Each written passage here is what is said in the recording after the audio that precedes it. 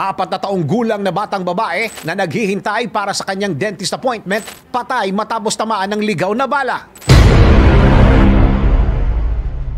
Ang isa sanang tipikal na araw na uwi sa isang bangungot para sa mga magulang na isang batang babae na nasawi patapos tamaan ng ligaw na bala mula sa insidente nang naganap malapit sa kinaroroonan nilang pamilya. Ito ang buong kwento. Isang araw sa Ohio, rumesponde ang St. Clair Township Police sa tawag ng isang 30 anyos na lalaking posible raw isang suicidal na si Joseph Como. Natagpuan daw ng mga pulis ang lalaki na mag-isang naglalakad sa daan at tila balisa. Sinubukan ng mga pulis na kausapin si Como, ngunit agad itong nagpaputok ng baril sa kanila. Nakipagpalitan naman ng putok ang mga pulis na siyang kumitil sa buhay ng lalaki. Ngunit sa kasabaang palad, meron palang nadamay sa nasabing engkwentro ng dalawang panig.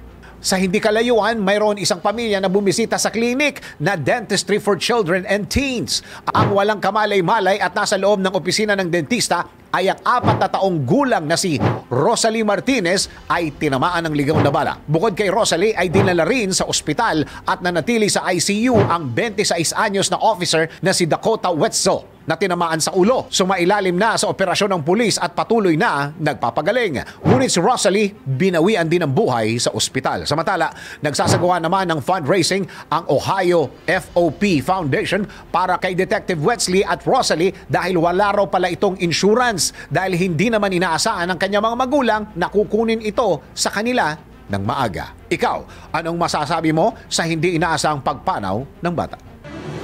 DWIZ Research Report.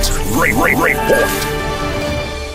Thanks for watching. Ito po ang Aliw Broadcasting Corporation stations DWIZ 882, DWIZ News FM Regional, Home Radio 97.9, DWIZ News TV at Aliw Channel 23 nationwide. Kami po'y nagbabalita ng tama, naglilingkod ng tama. Like, subscribe, and follow.